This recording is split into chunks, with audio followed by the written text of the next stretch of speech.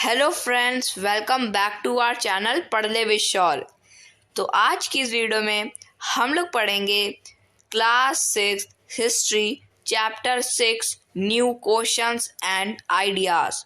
तो आज की इस वीडियो से हम लोग क्लास 6 हिस्ट्री का 6th चैप्टर स्टार्ट करने वाले हैं, जो कि है न्यू क्वेश्चंस एंड आइडियाज़। तो चलिए शुरू करते हैं। तो हमारा फर्स्ट टॉपिक है the story of the Buddha. तो चलिए इसे स्टार्ट करते हैं। Siddhartha also known as Gautama, the founder of Buddhism, was born about 2500 years ago. This was a time of rapid change in the lives of people. As you saw in chapter 5, some kings in the Mahajanpadas were growing more powerful. New cities were developing and life was changing in the village as well. Many thinkers were trying to understand these changes in society. They also wanted to try and find out the true meaning of life. तो क्या होता है कि जो बुद्धा है, the story of Buddha, यानी कि जो बुद्ध है इनकी स्टोरी क्या है। तो यहाँ पे क्या होता है कि सिद्धार्था एक लोग है, एक व्यक्ति है जिनका नाम क्या है, सिद्धार्था, जिनको हम लोग क्या और भी किस नाम से जानते हैं, गौतम के नाम से जानते हैं। ये सिद्धार्थ और गौतम कौन है? तो जो सिद्धार्थ या गौतम है, ये बुद्धिज्म रिलीजन जो है, बौद्धिज्म रिलीजन, उसके क्या है, फाउंडर है। यानी कि जो बुद्धिज्म है वो इन्हीं ने स्टार्ट करा था। तो ये जो सिद्धार्थ है वो 2500 ईयर्स पहले इनका क्या जन्म हुआ था। ये बॉर्न हुए थे 2500 ईयर्स पहले।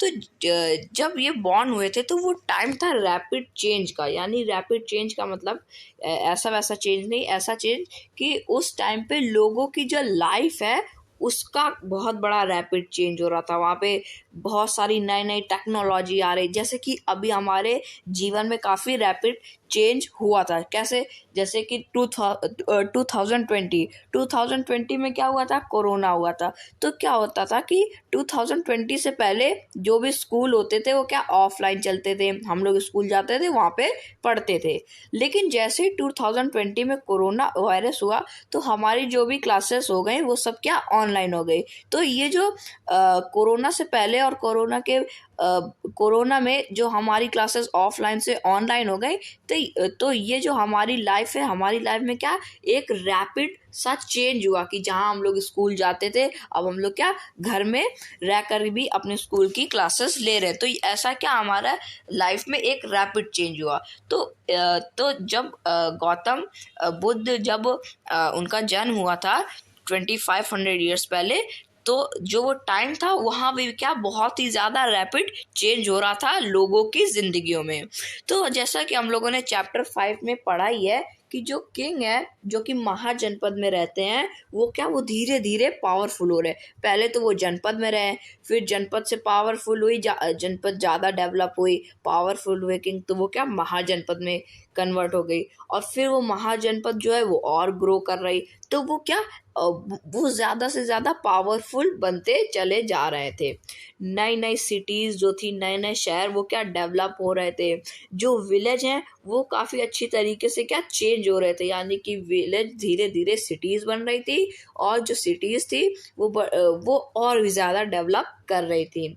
इनमें से बहुत सारे थिंकर्स जो थे वहाँ के, वो सोचते थे, वो समझने ये ट्राई करते थे कि समझे जो चेंज हो रहा सोसाइटी में वो आखिर इसका मतलब क्या है, मतलब कि इसका ट्रू मीनिंग क्या है लाइफ में, कि जो लाइफ है हमारी क्या चेंज हो रही है।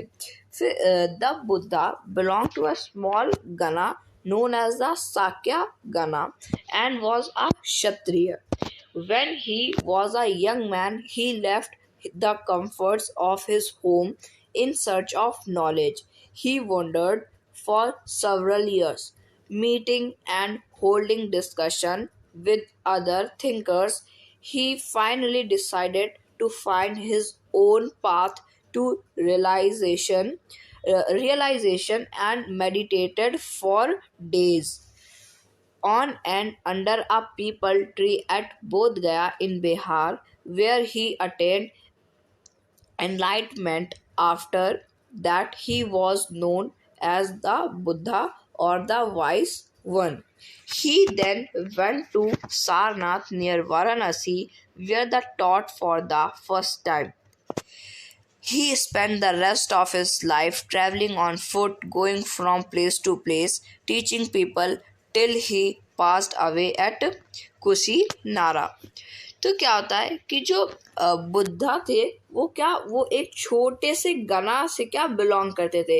ये गना और सांगा ये सब हम लोगों ने अभी इसके पहले वाले 5th चैप्टर में हम लोगों ने सब डिस्कस कर रखा है कि गना क्या है और सांगा क्या है। तो जो बुद्धा थे वो एक छोटे से गना में बिलोंग करते थे और उस गने का वो गना क्या था उसका नाम था साक्या गना। यानी कि वो जो गना था वो साक्या गना के नाम से जाना जाता था। और जो बुद्धा थे वो एक क्षत्रिय थे और उन्होंने अपने यंग मैन जब वो यंग थे यानी जब वो एकदम जवान थे तो उन्होंने अपना जितना भी कंफर्ट था लाइफ का, अपना घर था, वो सब छोड़ दिया था। किस लिए? इन सर्च ऑफ नॉलेज, यानी कि नॉलेज ज्ञान प्राप्त करने के लिए उन्होंने अपना घर वर को सब त्याग दिया था। कब? अपनी जवानी में। उन्होंने बहुत साल तक यहाँ वहाँ घूमे, कई जगह मीटिंग रखी, यानी कि कई जगह जाकर के लोगों से मिले, उनके साथ डिस्कशन करा। और जो अलग अलग लोग हैं यानी कि अब वो एक जगह रहते थे तो उनको एक जगह का सब पता रहता था। लेकिन जब वो पूरे जहाँ भी रहते थे पूरे जगह जब उन्होंने घूमा, उन्होंने मीटिंग करी, लोगों से डिस्कस करा, तो उन्हें पता चला कि यहाँ पे बहुत ज़्यादा अलग अलग टाइप की वैरायटी है, अलग अलग चीज़ें हैं। जैसे कि अभी हम लोग जानते हैं कि अभी हम लोग यहाँ पर हैं तो हिंदी बोल रहे हैं, फिर नीचे चले जाएंगे तो तमिल, मलयालम, कई सारी भाषाएं होती हैं वो वहाँ पे वो लोग बोलने लगेंगे। तो उन्होंने ऐसे ही ट्रैवल करा और काफ़ी ज़्यादा नॉलेज जो है वो इकट्ठा करा। फिर क्या हुआ कि उन्होंने फिर कई साल तक ऐसे घूमे। फिर उन्होंने एक पीपल ट्री के नीचे, कहाँ पे? बोध गया में, जो कि बिहार में है, वहाँ पे उन्होंने एक एनलाइनमेंट को अटेन करा। और फिर तब से वो बुद्धा के नाम से जाने जाते हैं। यानी कि उन्होंने बोध गया में पीपल के पेड़ के नीचे, जो कि बिहार में है, वहाँ पे जाकर के एक एनलाइटमेंट वहाँ पे उन्होंने ज्ञान दिया, बताया लोगों के बारे में। तब से वो बुद्धा बन गए। तब पहले वो गौतम थे, उसके बाद वो बुद्धा बन गए। और बुद्धा मतलब एक वॉइस मैन, एक अच्छा आदमी।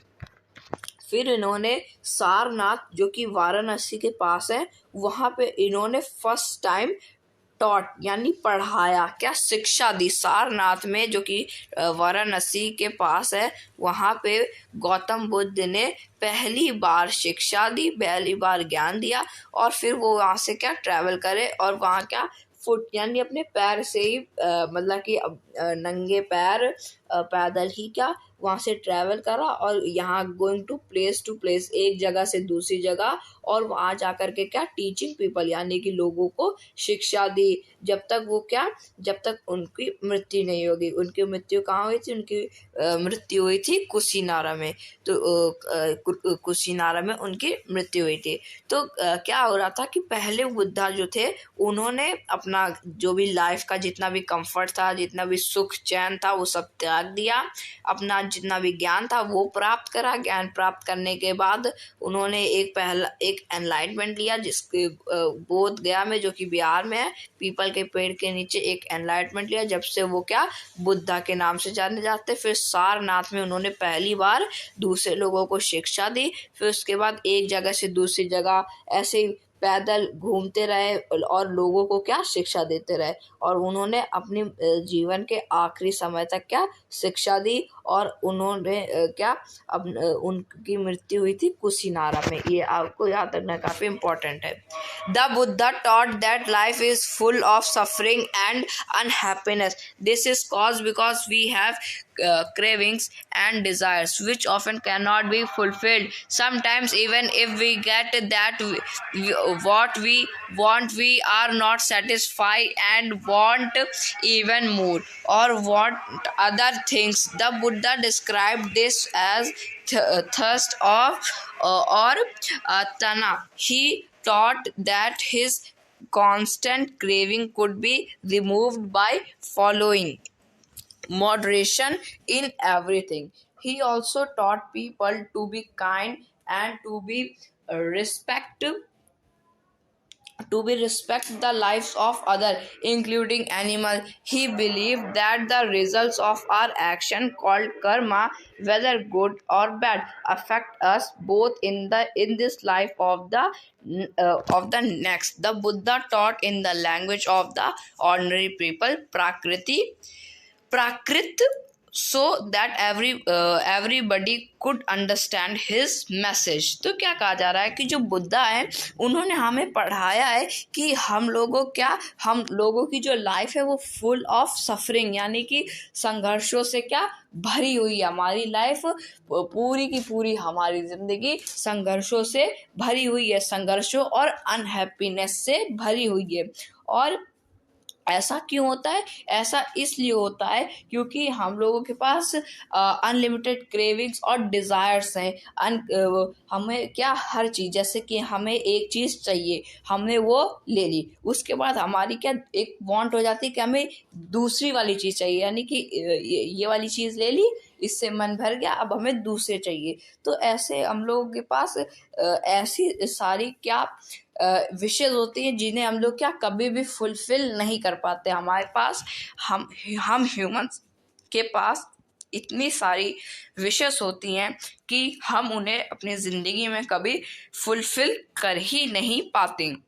समटाइम्स क्या होता है कि हम लोग अपने को थोड़ी देर के लिए सेटिस्फाई कर लेते हैं, लेकिन फिर हमें क्या दूसरी चीज़ चाहिए होती है। जैसे कि अभी आप लोगों ने क्या एक बैग खरीदा, वो ले लिया, फिर उसके बाद क्या अब आपको कोई और चीज़ चाहिए, अब आप उसको ले लिया, वो आपको सेटिस्फाई करेगी कुछ दिन तक, लेकिन फिर आपको फिर दूसरी चीज़ चाहिए। तो आपके पास जो चीज़ है आपको वो नहीं ध्यान आएगी, जो नहीं है उसके लिए क्या आपकी विशेष होंगी कि ये मेरे को मिल जाए। तो उन्होंने क्या जो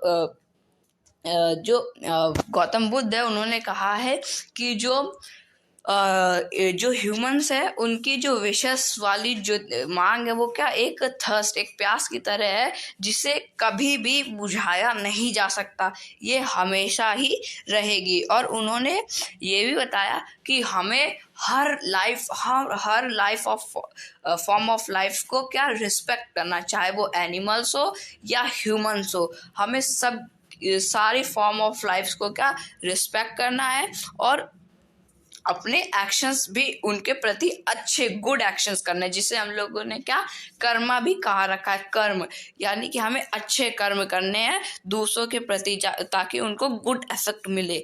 और जो बुद्धा हैं, गौतम बुद्ध, उन्होंने जो अपनी ये सारी जो टीचिंग है ये क्या एक सिंपल लैंग्वेज, प्राकृतिक भाषा में क्या दी हुई है ताकि किसी को भी इसे समझने में कठिनाई ना हो। तो फ्रेंड्स, ये जो टॉपिक था हमारा कंप्लीट हो चुका है। अब जो इसका नेक्स्ट टॉपिक है वो हम लोग करेंगे नेक्स्ट वीडियो से। आज की इस वीडियो से इतना ही, मिलेंगे नेक्स्ट वीडियो में नेक्स्ट टॉपिक के साथ। तब तक के लिए thank you very much. Hello friends, welcome back to our channel Padh Le with sir. तो आज की इस वीडियो में हम लोग पढ़ेंगे class 6 history chapter 6 new questions and ideas. तो आप सभी को याद होगा इसके पहले वाले वीडियो में हम लोगों ने उपनिषद के पहले वाले सारे टॉपिक कंप्लीट कर लिए थे। आज की इस वीडियो से हम लोगों को उपनिषद स्टार्ट करना है, तो चलिए शुरू करते हैं। उपनिषद। Around the time, various other thinkers also tried to find answer to philosophical questions. Some of them wanted to know about life after death. Others wanted to know why sacrifices should be performed. Many of these thinkers felt that there was something permanent in the universe that would last even after death. They described this as the Atma, or an individual soul, and the Brahman, or the universal soul. They believed that ultimately both the Atma and Brahman were one.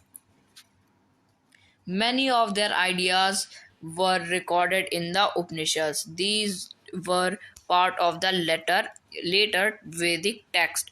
Upanishad literally means approaching and sitting near. The text contained conversation between teachers and students. Were Often ideas were presented through simple dialogues. Most Upanishadic thinkers were men, especially Brahmins and Rajas. Occasionally, there is mention of women thinkers such as Gargi, Apala, Ghosha, and Maitri, who were famous for their learning and participated in debates. Poor people rarely look part in these discussions. One famous exception was Satyakama Jabala, who was named after his mother, the slave woman Jabali. He had a deep desire to learn about reality, was accepted as the student by a Brahmin teacher named Gautama, and became one of the best known thinkers of the time. Many of the ideas of the Upanishads were later developed by the famous thinker Shankaracharya, about whom you will read in class 7. तो friends, क्या कहा जा रहा है कि around the time, यानी कि समय के साथ जो बहुत टाइप के थिंकर्स थे, उन्होंने अलग अलग क्वेश्चंस के आंसर ढूंढना भी शुरू कर दिए। जैसे कि ट्राई करना शुरू कर दिया काफ़ी दूसरे दूसरे टाइप के क्वेश्चंस के आंसर देना। जैसे कुछ क्वेश्चन जैसे फिलोसफिकल क्वेश्चंस हो गए, इन सब क्वेश्चंस के आंसर देना नए नए थिंकर्स ने शुरू कर दिया था देना। और उनमें से कुछ चाहते थे कि जैसे क्वेश्चन हो गए, जैसे कि लोग जानना चाहते थे कि मरने के बाद क्या होता है। कुछ जानना चाहते थे कि सैक्रिफाइसेस है वो क्यों करना चाहिए, मतलब सैक्रिफाइसेस क्यों परफॉर्म करना चाहिए। बहुत सारे थिंकर्स थे, उन्होंने ये माना है कि ये जो एक कोई चीज़ है जो परमानेंट है यहाँ यूनिवर्स में, जो कि इंसानों की डेथ के बाद भी यहाँ पर रहेगी। उन्होंने इसको क्या डिस्क्राइब करा, आत्मा, यानी कि एक इंडिविजुअल सोल, और जो ब्राह्मण है वो सब क्या एक यूनिवर्सल सोल है, जो कि क्या मरने के बाद भी यहीं पर रहेगी। बहुत सारे आइडियाज थे जो कि उपनिषद में क्या रिकॉर्ड करे गए हैं।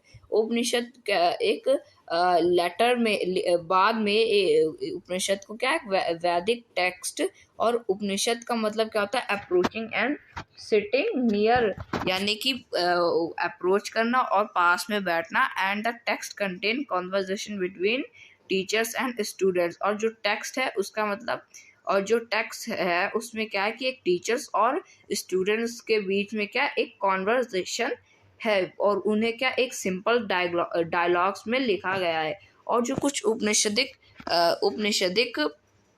थिंकर्स थे वो क्या वो मैन थे, और स्पेशली वो ब्राह्मण्स और राजा थे। और उनको उनका मेंशन किया गया कि कुछ वुमेन्स थिंकर्स भी थी, जैसे गार्गी, अपाला, घोषा, मैत्री। ये सब फेमस थी अपने लर्निंग और अपनी लर्निंग के द्वारा, और इन्होंने काफ़ी डिबेट्स में पार्टिसिपेट भी किया है। बहुत बेचारे बहुत पुअर पीपल जो होते थे वो क्या वो डिस्कशन में पार्ट लेते थे। और एक बहुत ही फेमस एक्सेप्शन है सत्यकामा जबाला, जो कि अपनी मदर, जब उनकी मदर की डेथ हो गई तो उनकी मदर की डेथ के बाद उनका भी नाम, जो मदर का नाम था जबाली, तो उन्हीं का नाम पे पड़ा सत्यकामा जबाला, जबाली। तो उनको क्या एक डीप डिज़ायर था लर्निंग के लिए, रियलिटी के लिए, और एक्सेप्ट स्टूडेंट बाय अ ब्राह्मण टीचर नेम गौतमा। यानी कि उनको क्या एक काफ़ी डिज़ायर नॉलेज था किसके बारे में, लर्निंग और रियलिटी एक्सेप्ट करने के बारे में। और वो क्या स्टूडेंट्स बाय मतलब कि एक्सेप्ट एज अ स्टूडेंट, क्या एक ब्राह्मण के द्वारा उनको क्या एक्सेप्ट करा गया स्टूडेंट। और उनको उनके टीचर्स ने नाम क्या रखा, गौतमा। और ये जो उपनिषद है इसमें बहुत सारे आइडियाज़ लिखे गए, बाद में वो काफ़ी डेवलप हुए। और एक और थिंकर्स थे जिनका नाम है शंकराचार्य, जिन्हें हम लोग क्लास 7th में पढ़ेंगे। तो फ्रेंड्स ये जो हमारा टॉपिक था ये तो कंप्लीट हो चुका है। अब जो हमारा नेक्स्ट टॉपिक है वो है जैनिज्म। हम लोग इससे स्टार्ट करते हैं। The last and 24th Tirthankara of the Jainas, Vardhamana Mahavira, also spread his message around this time. Therefore, 25 years ago, he was a Kshatriya prince of Lichavis, a group that was a part of the Vajji Sangha, about which you read in chapter 5. At the age of 30, he left home and went to live in a forest. For 12 years he led a hard and lonely life, and the end of which he attained enlightenment. He taught a simple doctrine. Men and women who wish to know the truth must leave their homes. They must follow very strictly the rules of ahimsa, which means not hurting or killing living beings. All beings, said Mahavira, long to live. To all things life is dear. Ordinary people could understand the techniques, the teachings of Mahavira and his followers because they used Prakrit. There were several forms of Prakrit used in different parts of the country and named after the region in which they were used. For example, the Prakrit spoken in Magad was known as Magadhi. Followers of Mahavira, who were known as Jainas, had to lead very simple lives, begging for food. They had to be absolutely honest and were especially asked not to steal. Also, they had to observe celibacy, and men had to give up everything, including their clothes. तो क्या होता है friends कि जो last 24th तीर्थनकारा थे वो कौन, जैनाज। जो 24th और लास्ट तीर्थनकारा थे किसके, जैनास के, वो थे वर्धमाना महावीरा, जिन्होंने अपना जो मैसेज है वो पूरे वर्ल्ड में क्या फैलाया। जिसका देयरफॉर इसलिए 2500 ईयर्स पहले क्या ये पूरे अपने अराउंड द वर्ल्ड इन्होंने अपना मैसेज पूरा फैलाया। और ये क्या एक क्षत्रिय प्रिंस थे जो किसके, लिच्छाविस ग्रुप का, जो कि एक पार्ट था किसका, वज्जी सांगा का। और ये वज्जी सांगा क्या है, ये सब हम लोगों ने चैप्टर 5 में पढ़ रखा है। और जब ये 30 साल के थे तो इन्होंने अपना घर छोड़ दिया था, जंगलों में रहने चले गए थे और 12 साल तक तपस्या करी, अकेले रहे, घर से दूर एकदम अकेले ज़िंदगी बिताई। और फिर उसके बाद इन्होंने क्या एनलाइटमेंट एक अटेंड करा। और फिर इन्होंने सबको बताया क्या कि he taught a simple doctrine, एक सिंपल सी डॉक्ट्राइन बताई कि मैन और वुमेन जो भी विश करते हैं वो ट्रुथ उनको अपना घर छोड़कर ही मिलेगा। और हम लोगों को क्या एक फॉलो करने चाहिए स्ट्रिक्टली रूल ऑफ अहिंसा। अहिंसा मतलब ना किसी भी लिविंग बींग्स को नहीं मारना है, ना ही उनको हार्म पहुंचाना है। और ऑर्डिनरी पीपल जो होते हैं उनको क्या महावीर की जो टीचिंग्स है वो क्या समझ में आने लगी, और जो उनके फॉलोअर्स थे वो प्राकृतिक का इस्तेमाल करते थे। प्राकृतिक का भी बहुत फॉर्म से इस्तेमाल होता था, कई पार्ट में होता था, और कई कई जगह में उसका नया नया नाम पड़ जाता था। फॉर एग्जाम्पल जो प्राकृतिक है वो मगध में बोली जाती थी, तो उस प्राकृतिक का नाम मगध में मगधी हो गया। और जो फॉलोअर्स थे महावीर का वो जैनास के नाम से जाने लगे, जो कि एक बहुत ही सिंपल लाइफ जीते थे। अपने खाने के लिए बेगिंग यानी मांगते थे खाना दूसरों से और उनको मिलता था, और वो एब्सोल्युटली ऑनेस्ट होते थे। और उनको कहा जाता था कि चोरी नहीं करनी है, गलत काम नहीं करना है, और उनको सेलिबेसी बना दिया जाता था। They had to observe celibacy. Celibacy में क्या होता था कि उनको सारे सुख चैन त्याग देना होता था। जो आदमी होते थे, इंसान, मैन जो होता था, मैन, उनको आदमी को अपना सारा सुख चैन त्याग देना चाहिए। त्याग देते हैं एवरीथिंग, और साथ में एवरीथिंग के साथ अपने कपड़े भी सारे कपड़े को भी इंक्लूड करके हटा देते हैं। वो कोई भी कपड़े नहीं पहनते। कौन? सेलिबेसी। वो कोई भी कपड़े नहीं पहनते। किसमें? जैन रिलीजन में। It was very difficult for most men and women to follow these strict rules. Nevertheless, thousands left their homes to learn and teach this new way of life.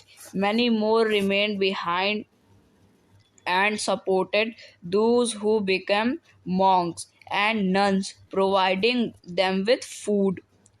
Jainism was supported mainly by traders, farmers who had to kill insects to protect their crops found it more difficult to follow the rules. Over 100 of years, Jainism spread to different parts of North India and to Gujarat, Tamil Nadu, and Karnataka. The teaching of Mahavira and his followers were transmitted orally for several centuries. They were written down in the form in which they are presently available at a place called Vallabhi in Gujarat. After about 1500 years ago, see map 7 page number 87। तो क्या होता है कि ये एक बहुत ही difficult होता है सारे मैन और सारे आदमी औरतों के लिए ये स्ट्रिक्ट रूल को फॉलो करना। इसीलिए क्या होता है कि बहुत सारे थाउजेंड्स ऑफ लोगों ने अपना घर छोड़ा और जो महावीर है उनकी टीचिंग पाने के लिए घूमने लगे लाइफ। और उनको बहुत सारे लोग यही करते करते मॉन्क बन गए, और कई सारे लोग नन्स बन गए, और उनको फूड प्रोवाइड करने लगे। और जो जैनिज्म है वो सपोर्ट करते थे बाई ट्रेडर्स को। वो फार्मर्स क्या करते थे कि फार्मर्स को अगर फार्मर्स को अपनी क्रॉप उगानी है तो कई बार खेतों में कीड़े लग जाते हैं, इंसेक्ट्स लग जाते हैं, जिसके लिए उनको पेस्टिसाइड्स का इस्तेमाल करना पड़ता है। इंसेक्टिसाइड, वीडिसाइड का इस्तेमाल करना पड़ता था, जिसकी वजह से क्या होता था कि जिसकी वजह से काफ़ी सारे इंसेक्ट जो थे वो मर जाते थे। तो इसलिए ये किसानों के लिए काफ़ी डिफ़िकल्ट होता था कि जैनिज्म के स्ट्रिक्ट रूल को फॉलो कर पाए। और जो महावीर की जितनी भी टीचिंग्स थी वो सब उनके फॉलोवर्स के द्वारा पूरे वर्ल्ड में फैली गई। किससे? ओरली, यानी बता करके, उपदेश दे करके। यहाँ पे एनलाइनमेंट यहाँ पे हो रहा है, प्रचार प्रसार, यानी कि उनको टीचिंग्स पूरे वर्ल्ड में दी गई। और वहाँ पे एक गुजरात में एक प्रेजेंटली एक जगह है जिसका नाम वल्लभी। वहाँ पे 1500 ईयर्स अगो पहले करा था कि उन्होंने एक एनलाइटमेंट लिया था। तो फ्रेंड्स, ये जो हमारा टॉपिक है ये तो कंप्लीट हो चुका है। अब जो हमारा नेक्स्ट टॉपिक है वो है द सांगा। वो हम लोग करेंगे नेक्स्ट वीडियो से। आज की इस वीडियो में इतना ही। मिलेंगे नेक्स्ट वीडियो में नेक्स्ट टॉपिक के साथ। तब तक के लिए thank you very much. Hello friends, welcome back to our channel Padh Le with sure. तो आज के इस वीडियो में हम लोग पढ़ेंगे class 6 history chapter 6 new questions and idea. तो आप सभी को याद होगा इसके पहले वाले वीडियो में हम लोगों ने द सांगा के पहले वाले सारे टॉपिक कंप्लीट कर लिए थे। आज की इस वीडियो से हम लोगों को द सांगा स्टार्ट करना है। तो चलिए शुरू करते हैं। the Sangha. Both the Mahavir and the Buddha felt that only those who left their homes could gain true knowledge. They arranged for them to stay together in the Sangha, an association of those who left their homes. The rules made for the Buddhist Sangha were written down in a book called the Vinaya Pitaka. From this, we know that there were separate branches for men and women. All men could join the Sangha, however, children had to take the permission of their parents and slaves that of their masters. Those who worked for the king had to take his permission and debtors that of creditors. Women had to take their husband's permission. Men and women who joined the Sangha led simple lives. They meditated for most of the time and went to cities and villages to beg for food during fixed hours. That is why they were known as bhikkhus, the Prakrit word for renouncers, and bhikkhunis. They taught others and help one other. तो क्या होता है friends कि जो महावीर और बुद्धा हैं उन्होंने दोनों ने फील करा, सोचा कि जो लोग अपना घर छोड़ देते हैं उन्हीं को क्या नॉलेज मिलता है, यानी कि कोई भी आदमी अपने घर से बैठ करके नॉलेज नहीं ले सकता. ये आजकल की नॉलेज नहीं, जो पहले नॉलेज मिलती थी.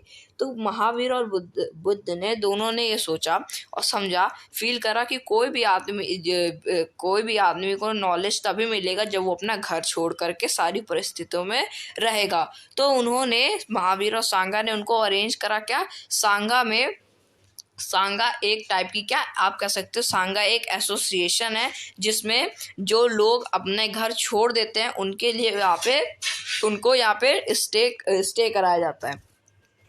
और जो रूल्स होते थे बुद्धिस्ट सांगा के, वो बुक में लिखे जाते थे, जिस बुक का नाम है विनाया पिटाका.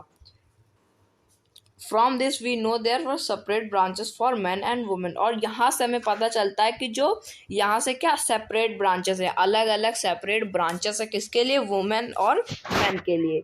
सब कोई सारे मैन इस सांगा को ज्वाइन कर सकते हैं, चिल्ड्रन भी ज्वाइन कर सकते हैं, लेकिन उनको अपने पेरेंट्स की परमिशन चाहिए होती है और उनको अपने मास्टर्स को क्या स्लेव बन के रहना पड़ता है. और जो लोग किंग के लिए काम करते हैं उनको किंग की परमिशन लेनी होती है, और जो वुमेन्स है उनको अपनी हस्बैंड्स की परमिशन लेनी पड़ती है सांगा को ज्वाइन करने के लिए. और जो मैन और वुमेन हैं जो कि सांगा को ज्वाइन करती है वो क्या सिंपल लाइफ जीती हैं. वो मेडिटेशन करती हैं, सिटीज़ टू विलेज जाती हैं और बेग फॉर फूड, मतलब कि एक टाइम फिक्स होता है कि इतने घंटे आपको क्या बेग फॉर फूड यानी खाना के लिए क्या भीख मांगनी है. ऐसे घर घर जाकर कहता है भिक्षाम देही, आप लोगों ने सुना होगा वही. तो उनको क्या हर फिक्स्ड आवर्स में करना होता है, जिन्हें हम लोग क्या भिक्षुष भी कहते हैं, भिक्षुज, उसे हम लोग क्या भिक्षुष कहते हैं. एक प्राकृतिक वर्ड है फॉर रिनाउंसर्स के लिए. और भिक्षुषी और भिक्षुनिस भी कहते हैं. ये क्या करते हैं, ये लोगों को पढ़ाते हैं और हेल्प करते हैं दूसरे लोगों को. They also held meeting to settle any quarrel that took place within the Sangha. Those who joined the Sangha include Brahmins, Kshatriya, merchants, laborers, barbers, courtesans and slaves. Many of them wrote down the techniques of the Buddha. Some of them also composed beautifully poems describing their life in the Sangha. तो क्या होता है कि यहाँ पे क्या बहुत meeting रखी जाती है ताकि जो क्वेरल है, लड़ाई झगड़ा है, इनको क्या इनको सॉल्व करा जा सके। और ये क्या सांगा के लोग ही लेते थे। और जो सांगा में जो ज्वाइन करते थे वो इंक्लूड कौन कौन थे, वो ब्राह्मण्स होते थे, क्षत्रिय होते थे, मर्चेंट्स होते थे, लेबर्स होते थे, बार्बर्स, कोर्टसन्स एंड स्लेव्स। ये सब क्या सांगा को ज्वाइन करते थे। बहुत सारे लोगों ने इसमें क्या टीचिंग लिखी गई हैं। बहुत सारे सांगाओं ने जो बुद्धा है उनकी टीचिंग लिखी है। कुछ ने उनको काफ़ी ब्यूटीफुली पोएम्स में क्या कंपोज करा, यानी उन्हें स्टोरी में लिखा नहीं, उन्हें ऐसा उन्हें कविता में बता दिया। और कुछ ने अपनी लाइफ को क्या ऐसे डिस्क्राइब करा डिफरेंट वेज ने। कौन? लाइव इन द सांगा, जब उन्होंने सांगा में आए थे। तो फ्रेंड्स ये जो हमारा टॉपिक है ये तो कंप्लीट हो चुका है। अब जो हमारा नेक्स्ट टॉपिक है वो है विहारास। तो हम लोग इससे भी स्टार्ट करते हैं। To begin with, both Jaina and Buddhist monks went from place to place throughout the year, teaching people. The only time they stayed in one place was during the rainy season, when it was very difficult to travel. Then their supporters built temporary shelters for them in gardens, or they lived in natural caves in hilly areas. As time went on, many supporters of the bhikshus and bhikshunis and they themselves felt that need for more permanent shelter, and so monasteries were built. These were known as viharas. The earliest viharas were made of wood and then of brick. Some were even in caves that were dug out in hills, especially in western India. तो क्या होता है friends कि जैसे ही जो begins with, यानी कि जब शुरुआत होती है जैन और बुद्ध मॉन्क्स की तो वो लोग क्या एक प्लेस से दूसरी प्लेस जाते रहते हैं खाने के लिए, और फिर खाने बाद टीचिंग देने के लिए, कहीं यहाँ नॉलेज देने के लिए। तो वो लोग क्या ट्रैवल करते रहते हैं, लोगों को क्या टीचिंग देते रहते हैं। और ये ही एक टाइम होता है जहाँ पे, और फिर ये पूरा टाइम पूरे साल भर घूमते रहते हैं, लेकिन ये पूरे साल में एक बार कहीं पे स्टे करते हैं। वो कौन सा सीज़न होता है? वो होता है रेनी सीज़न। रेनी सीज़न में इनको क्या एक जगह स्टे करना पड़ता है। क्यों? क्योंकि रेन काफ़ी होती है, बारिश काफ़ी होती है, जिसकी वजह से क्या कभी कभी बाढ़ आ जाती है। तो उसकी वजह से उनको क्या डिफ़िकल्टी होती है ट्रैवल करने के लिए, इसलिए वो लोग क्या एक जगह स्टे कर लेते हैं। तो जो इनके सपोर्टर्स होते हैं वो क्या एक टेम्परेरी शेल्टर्स बना लेते हैं गार्डन्स में, और उसमें क्या नेचुरली रहने लगते हैं। और जैसे समय चलता है तो वहाँ पे बहुत सारे जो सपोर्टर्स होते हैं भिक्षुस के या भिक्षुनिस के, वो सब क्या वो मतलब कि वो खुद से ही क्या उन्हें हटा देते हैं, और जो मोनेस्ट्रीज है उन्हें क्या बिल्ड कर देते हैं। उन्हीं को हम लोग क्या विहारास कहते हैं। यानी कि ये जो आप डायग्राम देख पा रहे हो ये क्या ये एक विहारास है, इसी को हम लोग क्या विहरा कहते हैं। और ये किसका बना होता है? ये वुडन का बना रहता है, ब्रिक का बना रहता है। और ये जो केव्स होती हैं इनको क्या जो पहाड़ होते हैं उनको काट काट के क्या बनाया जाता है। ये स्पेशली वेस्टर्न इंडिया में है। Very often the land on which the vihara was built was donated by a rich merchant or a landowner or the king. The local people came with gifts of food, clothing and medicines for the bhikshus and bhikshunis. In return they taught the people. Over the centuries Buddhism spread to many parts of the subcontinent and beyond. A new form of Buddhism known as Mahayana Buddhism now developed. This had two distinct features. Earlier, the Buddha's presence was shown in sculpture by using certain signs. For instance, his attainment of enlightenment was shown by sculpture of the people tree. Now, statues of Buddhas were made. Many of these were made in Mathura, while others were made in Takshila. The second change was a belief in Buddhism.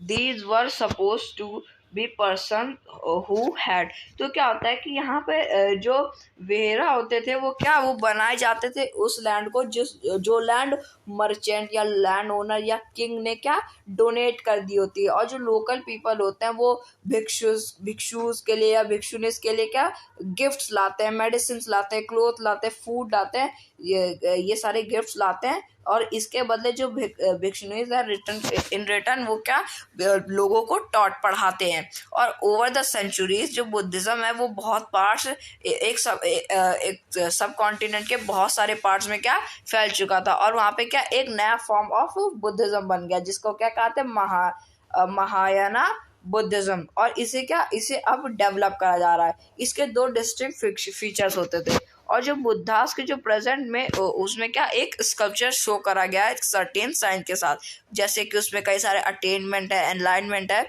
जिन्हें क्या एक sculpture है किसके people tree के नीचे। और now statues of Buddhas were made of, अब तब से जो बुद्ध हैं उनकी क्या स्टैचूज बनाए जा रहे हैं बहुत सारे दिन में, मतलब कि बहुत सारे स्टैचूज उनके, जैसे मथुरा में हो गए, और भी कुछ जगह होगी जहाँ पे जैसे तक्षशिला वहाँ पे भी बनाए गए हैं। और जो एक सेकेंड चेंज हुआ है वो क्या है वो बौद्ध स्तंभ में हुआ है। इसमें क्या these were suppose to be prepare who had attained enlightenment. Once they attained enlightenment they could live in complete isolation and meditate in peace. However, instead of doing that they remained in the world to teach and help other people. The worship of Bodhisattvas become very popular and spread throughout Central Asia, China, and later to Korea and Japan. Buddhism spread to Western and Southern India, where dozens of caves were hollowed out of hills and bhikshus to live in. Buddhism also spread eastward to Sri Lanka, Myanmar, Thailand, and other parts of Southeast Asia, including Indonesia. The older form of Buddhism, known as Theravada Buddhism, was more popular in these areas. तो क्या होता है कि जो बहुत बड़ा change हुआ है, सेकंड सबसे बड़ा चेंज वो क्या हुआ है बौद्धिस्टव्स के लिए हुआ है। इसमें क्या होता था कि जो पर्सन्स है उन्होंने क्या अटेन करा एनलाइटमेंट, उनके लिए एनलाइटमेंट करा अटेंड उन्होंने क्या, अगर एक बार भी उन्होंने एनलाइटमेंट करा है तो वो क्या कंप्लीट आइसोलेशन में आ जाते हैं, जिसकी वजह से वो क्या मेडिटेशन एकदम पीस में कर सकते हैं, और इनकी डूइंग की वजह से ये दूसरे पीपल को टीच कर सकते हैं और अदर्स पीपल्स को क्या हेल्प भी कर सकते हैं। जो वर्शिप होती है बुद्धिस्टव की वो क्या बहुत ही पॉपुलर हो जाती है कहाँ सेंट्रल एशिया, चाइना, और बाद में कोरिया और जापान में भी क्या जो बुद्धिज्म है वो वहाँ पे फैल गया है। जैसे कि आप लोगों को पता होगा कि चाइना में भी बुद्ध की बहुत बड़ी बड़ी क्या मूर्तियाँ हैं। बुद्धिज़्म जो है वो वेस्टर्न और साउदर्न इंडिया के में भी काफ़ी फैला है, जहाँ पे डजन्स ऑफ पीपल जो होते हैं वहाँ पे डजन्स ऑफ केव्स बनी हुई हैं, हॉलोड करे गए हैं हिल्स में जो, और जहाँ पे भिक्षुज रहते हैं अभी भी। और जो बुद्धिज़्म है वो कहाँ, वो साउथ ईस्ट वर्ड से लेकर के श्रीलंका, म्यांमार, थाईलैंड और other parts of south Asia में और इंक्लूडिंग इंडोनेशिया में भी क्या फैला हुआ है। और जो बुद्धिज्म है वो जो ओल्डर फॉर्म है बुद्धिज्म का वो कैसे नाम, वो थेरावाडा बुद्धिज्म नाम से भी क्या जाना जाता है। और ये जो थेरावाडा बुद्धिज्म है ये बहुत ही ज़्यादा पॉपुलर था उन दिनों। तो फ्रेंड्स ये जो हमारा टॉपिक है ये तो कंप्लीट हो चुका है, और इसी टॉपिक के साथ जो हमारा चैप्टर है वो भी कंप्लीट हो चुका है। अब जो इस चैप्टर के क्वेश्चन आंसर हैं वो हम लोग करेंगे नेक्स्ट वीडियो में। आज की इस वीडियो में इतना ही, मिलेंगे नेक्स्ट वीडियो में नेक्स्ट टॉपिक के साथ। तब तक के लिए थैंक यू वेरी मच।